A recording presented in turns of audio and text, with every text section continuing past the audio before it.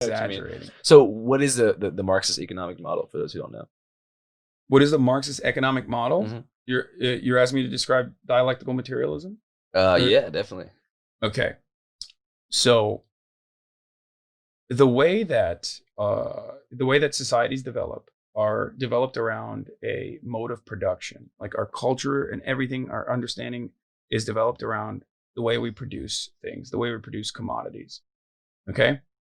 And under capitalism, we produce commodities in the way that there are workers, and then there are those who own capital. I'm being really reductive here. There's an inherent contradiction within capitalism, however, the capitalist organization of the economy. That inherent contradiction can be explained as easily as this. If you've ever worked in a retail job, or if you've ever worked a job at all. I used to work at Yogurtland. Okay, perfect.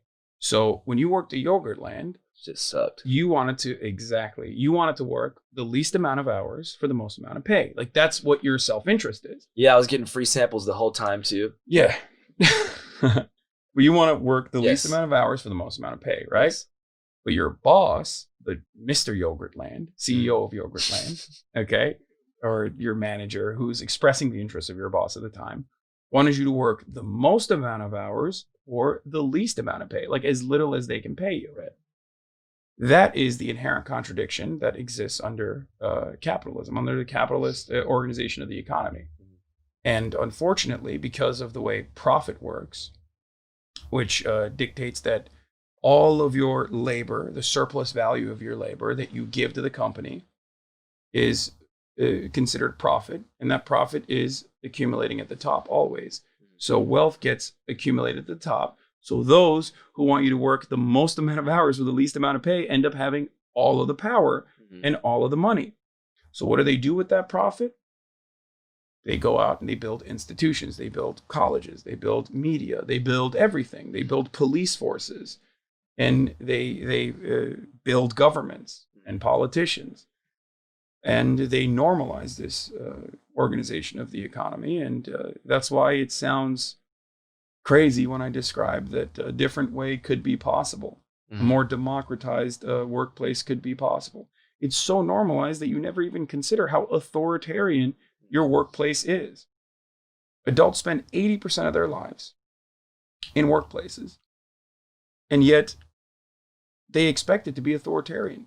As a matter of fact, it's crazier if someone says, like, why don't we just democratize this a little bit? Like, why can't we bargain? So what does that look like for a workplace? Let's say we're talking about a fine dining restaurant, whereas half the people are in the kitchen making nothing, wearing scrubs.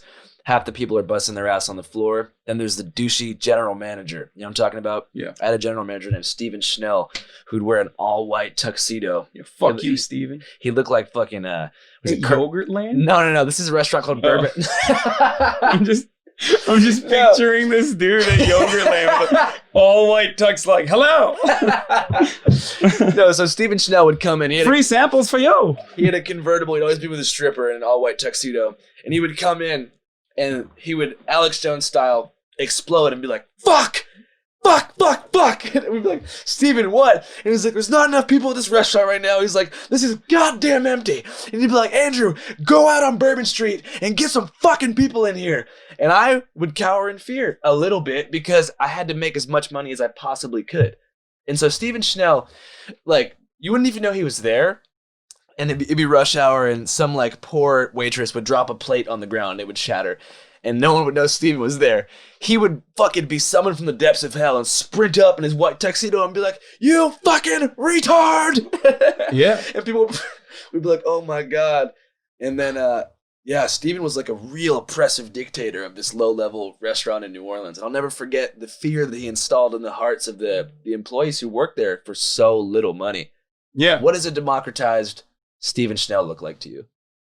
It's like, it's how you would theoretically operate a democracy if our democracy, in the way that it works in the government, worked well. Mm-hmm. You fucking vote for a Steven Schnell in your workplace. You guys all have ownership over the means of production because that workplace is nothing without you. Yeah. Steven Schnell can go the fuck away and that workplace would still operate perhaps even better But people get power drunk though. So let's say you had this cool ass coworker. Yeah, that's why you got to distribute power. That's what I'm trying to say. But okay, theoretically, I'm just trying to put us back in the restaurant here. I got a cool ass coworker. His name was Harry. Harry was the fucking man. He went to LSU. He was kind of fratted out, but also pretty cool. Big Lil Wayne fan.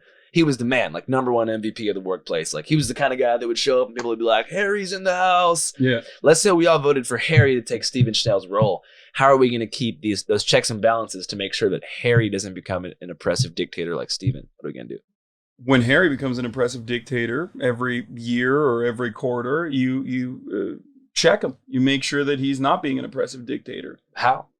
What do you mean? You vote him out. But then what if the next person? Then you vote them out too. But what if every person's just a here's dick? The difference. Okay, here's the difference. Yeah. You have no say in what happens. Like, I'm not saying this magically destroys inequality or this magically destroys oppression. I'm simply stating that, like, at least you have a way to enforce accountability, whereas you have no way to enforce accountability on Stephen Schnell. Yeah. You see what I'm saying? I do see what you mean. Because Stephen Schnell is your boss. Like, he was the actual big boss, the owner of capital in that circumstance, hired him to be your boss and to express his interests. So there's no fucking way. It's a complete disoriented, unequal power structure where you have no say. And worst of all, this is your only form of income. And if you don't do this, you're going to fucking die. You can't put shelter over your head. Yeah. You can't put fucking clothes on your back. You can't put food on your table.